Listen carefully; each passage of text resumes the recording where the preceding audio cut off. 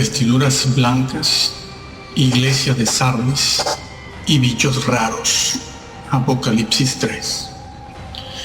En el libro de Apocalipsis, Jesucristo se dirige a la iglesia de Sardis para amonestarla, diciendo que la mayoría de los asistentes a la iglesia han manchado sus vestiduras blancas.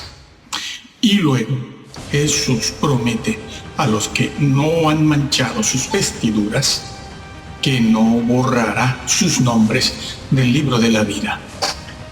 Dice que no borrará sus nombres del libro de la vida de los que no hayan manchado sus vestiduras, pero dando a entender que sí borrará del libro de la vida a quienes no se arrepientan de haberlo manchado. ¿Y cómo han manchado sus vestiduras estas personas, estos creyentes? ¿Y cuáles son las consecuencias? ¿Qué significa esto? En primer lugar, decimos que es absurdo calificar al libro de la vida, que aparece mencionado desde el Éxodo hasta el Apocalipsis, así como a las vestiduras blancas, de hebraísmos o figuras literarias, sinécdoque, metáfora, hipérboles, o decir que estas cosas fueron escritas para judíos, como si el Señor necesitase hablar de algo que es inexistente, un libro inexistente, un libro que no tiene sentido, o de una realidad que es una hipótesis y que no existe y no existirá. Así pues, ¿qué son vestiduras blancas en la Biblia y en el Apocalipsis? El color blanco en el libro de Apocalipsis simboliza la pureza del creyente en su vida en la tierra y también simboliza la glorificación en el cielo. Y es así porque la frase vestiduras blancas es símbolo de la condición moral y espiritual del cristiano. Si las vestiduras están sucias, es símbolo de una conducta pecadora, mundana, alejada de la justicia de Dios, ¿sí? No manchar las vestiduras blancas significa caminar por la vida en la justicia de Dios, sí, como lo dijo el Señor, el Redentor. Buscad. Es por eso que Él dijo, buscad el reino de Dios y su justicia. No solo dijo justificado por la fe, dijo muchas otras cosas, entre ellas esta: buscad el reino de Dios y su justicia. Por cierto, que la frase y su justicia, la que se debe buscar, no aparece en muchas versiones modernas. ¿Por qué? Porque no les gusta el tema este de la justicia, la ley, la moral, ¿no? Bueno. Vestiduras blancas, como dijo el apóstol Pablo, es andar renovados y revestidos en justicia y santidad. O en boca del apóstol Pedro, es andar en santa y piadosa manera de vivir. Sí. O como lo dijo el apóstol Juan, guardando sus mandamientos. Aunque hoy por estas tierras y en casi todas partes del mundo occidental, el occidental, nos dicen que eso de vestiduras blancas, libro de la vida, velar, esforzarse, ser sobrio, uy, qué sobriedad, santurrones, pureza, puritanos, eso es hablar muy mal, porque eso es falta de amor. No se ha de hablar de esas cosas. Esas cosas son para que el creyente las lea en su casita. Sí, en su casa las van a leer, sí, ya se nota, lo estamos viendo. O como alguien dijo, una vaca sagrada, hace muy poco tiempo, dice el libro de la vida.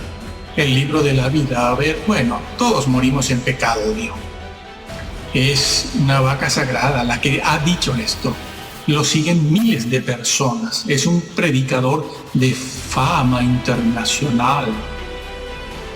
Están arrastrando sutilmente a muchos creyentes al infierno. Pues bien, vestiduras blancas representa el modo de andar y vivir que no ha sido contaminado y que ha sido y será aprobado por el Señor en el día del juicio. Una vida no contaminada es una frase que se usa como referencia a la mente que no ha sido contaminada por los valores del mundo, por las modas y prácticas de nuestra sociedad y cultura que está alimentando cada vez más un sexo exagerado, abusivo, pedófilo y promiscuo, con modas y prácticas y costumbres que al final terminan por romper familias enteras, con hijos abandonados, hijos de 15, 18, 20 años, incluso con jóvenes que quedan solos, olvidados, deambulando de un sitio a otro, buscando en los basureros un mendrugo de pan. Yo lo he visto, por eso lo puedo decir. Lo he visto más de 1, 2, 3, 4 y 5 veces. Me lo encuentro casi cada día. Y esto ante la mirada esquiva de los mismos, de algunos creyentes que, junto con los impíos, solo votan en las urnas electorales por los gobernantes que les garanticen la vida muelle, sexo libre. Sí, eso está pasando, amigo. Drogas a placer. Y no votan por un gobierno que quiera ceñirse a los 10 mandamientos. Eso de una vida que no está contaminada con el mundo es una alusión a algo que está de moda y que está en la Biblia, como veremos. A eso de las fantasías de la mente, fantasías que no es otra cosa, como lo llamo yo, que hipnotismo magnético y mágico. Está en el ambiente con mucha fuerza, no lo estaba, pero en la tierra han cambiado los paradigmas y las fortalezas, ¿sí?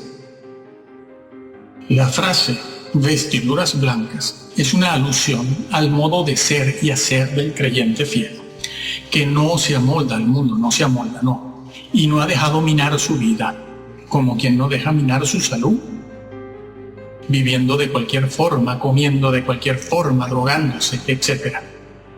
Así que no han dejado minar su vida poco a poco, a lo largo de muchos años, porque este tema, que es un fenómeno, eso de dejar minar la vida, no es algo que ocurre en un mes, en un año, y en 5 siquiera. Se deja minar la vida y eso se nota a lo largo y después de 20, 30 años, casi toda la vida se toma para uno dejar minar la vida, poco a poco. Porque eso de minar en la Biblia, sí, la palabra aparece, el vocablo.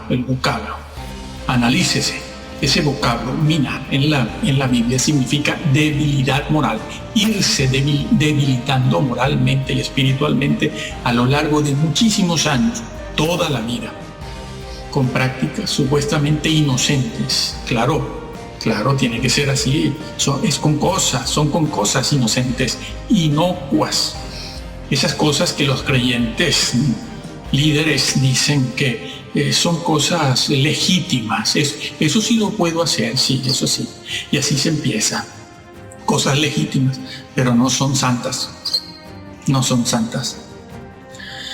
Legítimas para la cultura y la sociedad. Y así van, de mesa en mesa y tira para la otra mesa, ¿no? Descuidándose. Cuando vienen a darse cuenta, ya han caído en el lazo del diablo otra vez. Han sido, como dice el apóstol Pedro, han sido vencidos por el enemigo. Ahora bien, entendamos esto de una forma correcta.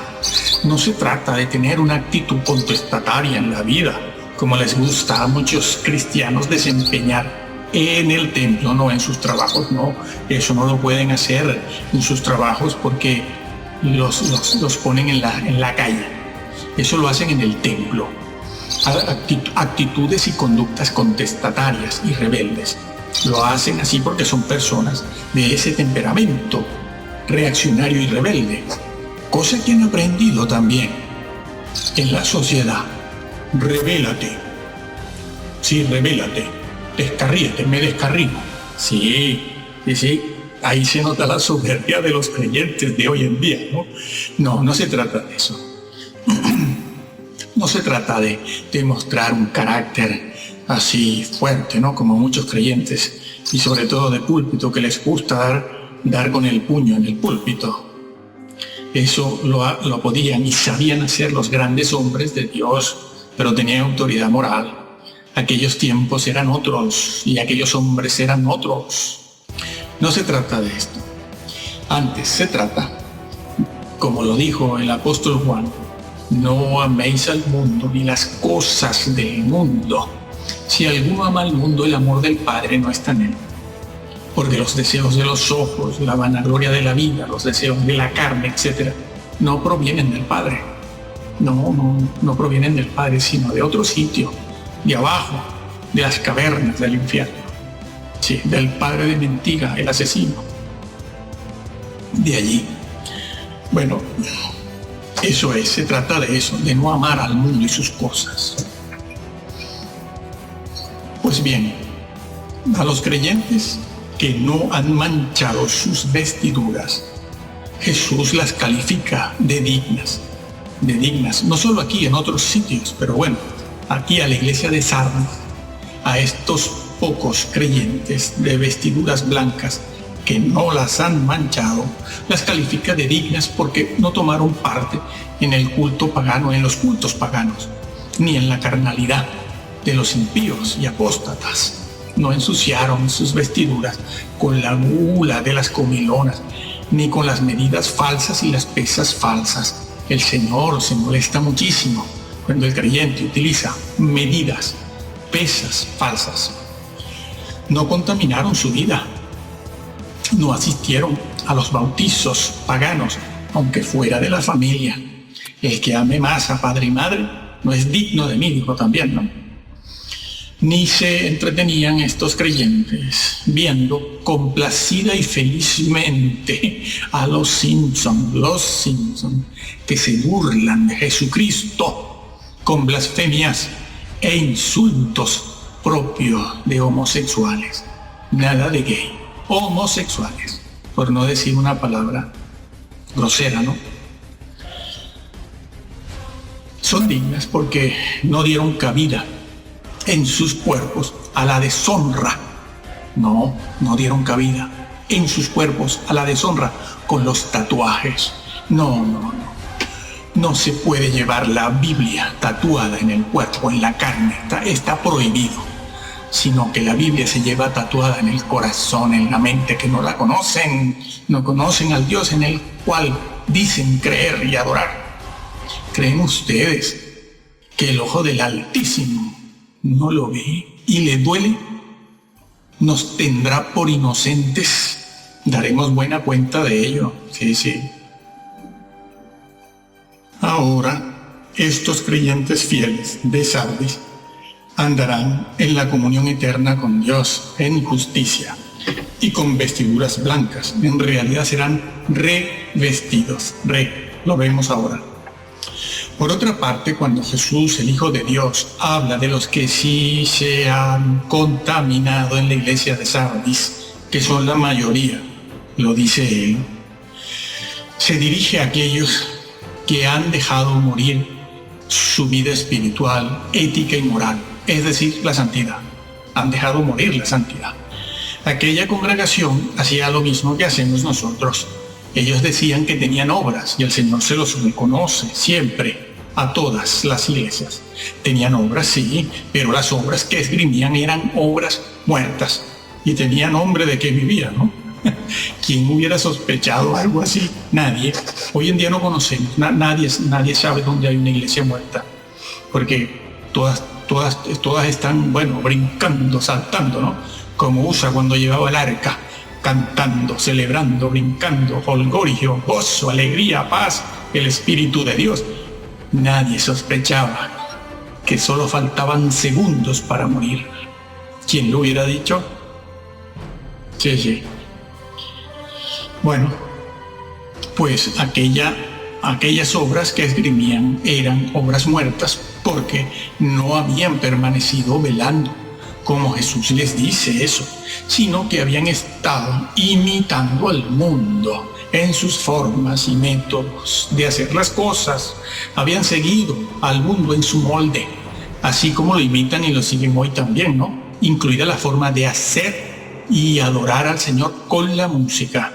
Sí, los esquemas musicales, los ritmos, los estilos, todo eso lo imitan, todo eso entró al mundo. Claro, los abuelos quieren ver a sus hijos allí saltando y cantando. Y con esa música se ha estado alentando este ecumenismo globalizante, un ecumenismo que ya deformó el evangelio completamente. Sí, ya, eso no es futuro, eso es presente.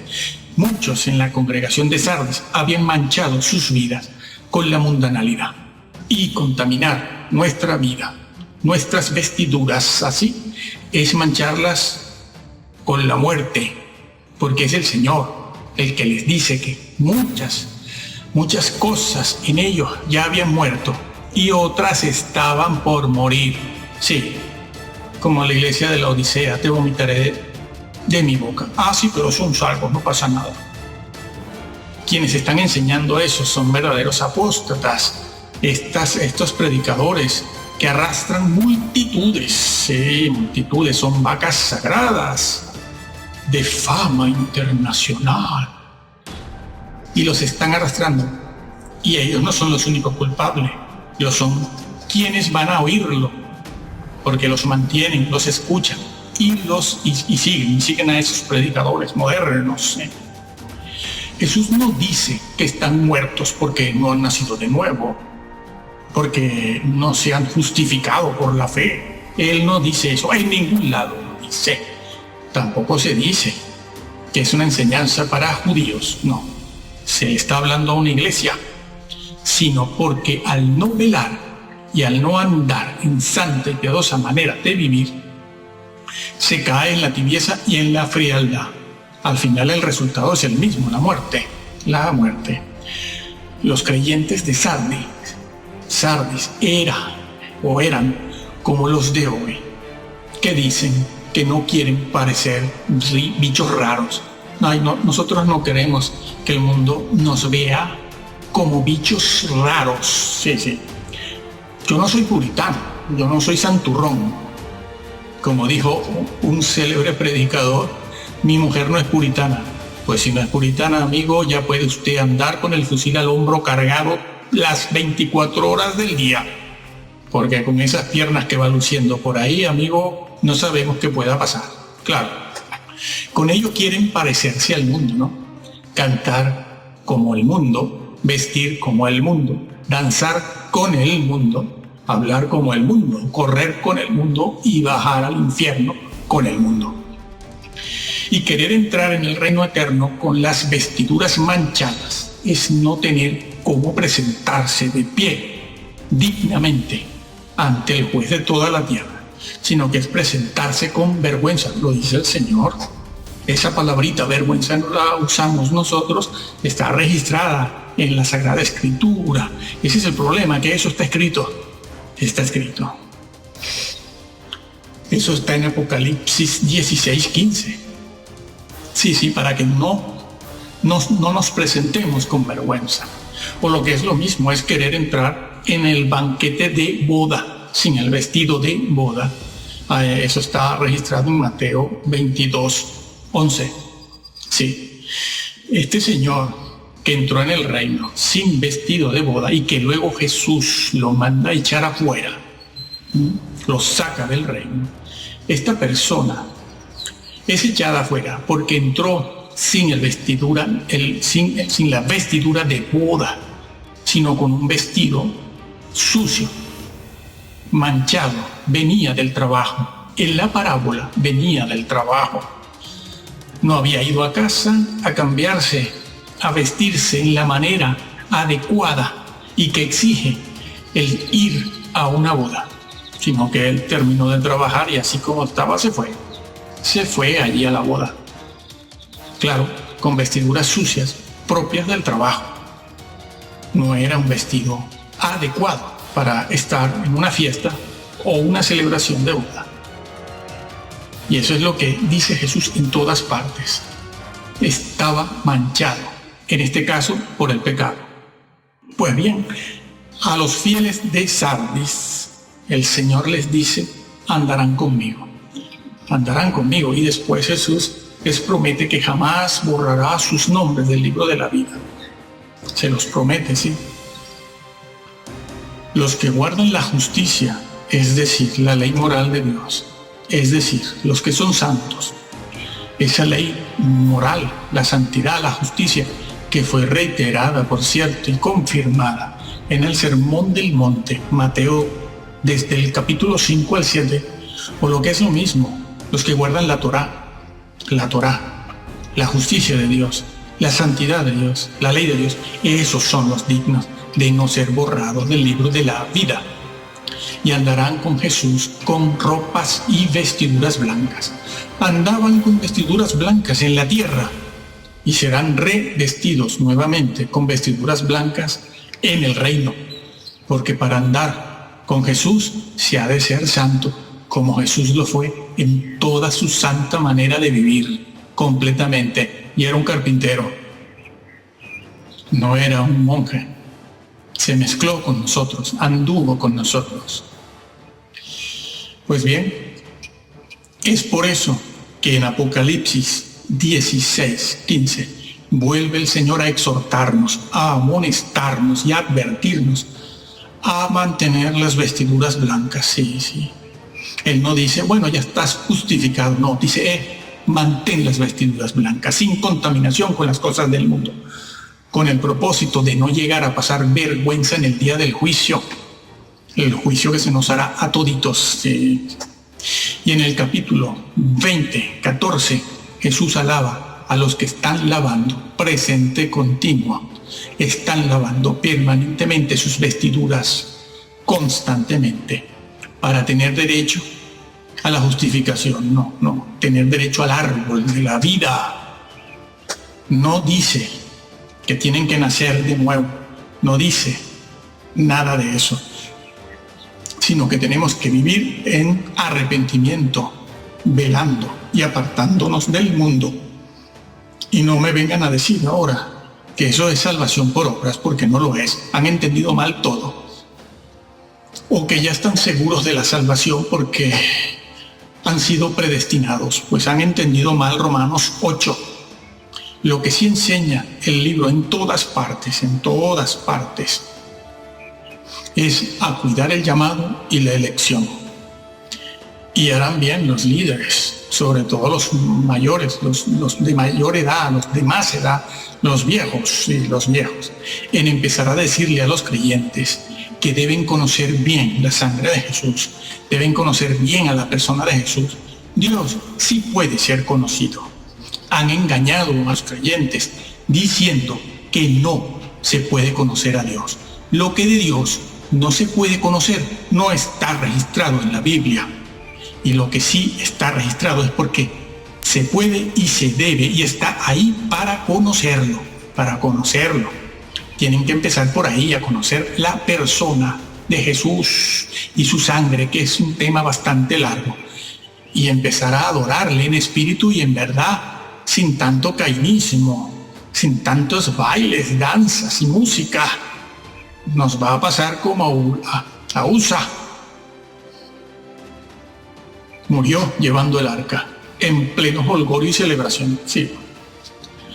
Cuando en Apocalipsis 7:14 aparece una multitud de creyentes ante el trono de Dios, allí en Apocalipsis aparece una gran multitud de los salvados en el cielo. El apóstol Juan, que está teniendo esa visión, pregunta, ¿quiénes son ellos? Y el Señor de la Gloria no le dice que esa multitud son los que fueron justificados por la fe, o los que aceptaron Juan 3:16, sino que se le dice al apóstol Juan, se le dice a él, que esos son los que lavaron sus vestiduras en la sangre de Jesús. El original griego, han estado lavando sus vestiduras. Sí, en la sangre de Jesús, como dice el versículo que tratamos anteriormente, para tener derecho, al árbol de la vida. Es decir, habían estado velando, cuidando su santidad, su boquita y sus ojitos para no contaminarse con el mundo, con la tele, con los vídeos, con el Facebook. En el Facebook las fantasías vuelan y se multiplican en forma geométrica. Y eso es lo que se le recomienda a la iglesia de Sardis. Velar, lo dice el Señor, velan y que velen. Aquella multitud lavaba sus vestiduras en la sangre de Jesús, el santo, el bendito, en Jesús, el comandante de los ejércitos celestiales, sí, nada menos, el comandante en jefe supremo. Sí, Él es comandante. Jesús no es ningún tonto, ni es menso, ni es amanerado. Ay, crean en mí, por favor. No, es un guerrero. Apareció en el campamento de Josué, sucesor de Moisés. Es allí donde se dice que Él es el ángel de Yahvé, el comandante en jefe de los ejércitos celestiales. Se le aparece a Josué, y cuando Josué lo ve, presiente algo y le pregunta: ¿quién eres? Y el comandante en jefe de los ejércitos celestiales le dice: quita tu calzado porque estás en tierra santa, estás pisando suelo santo.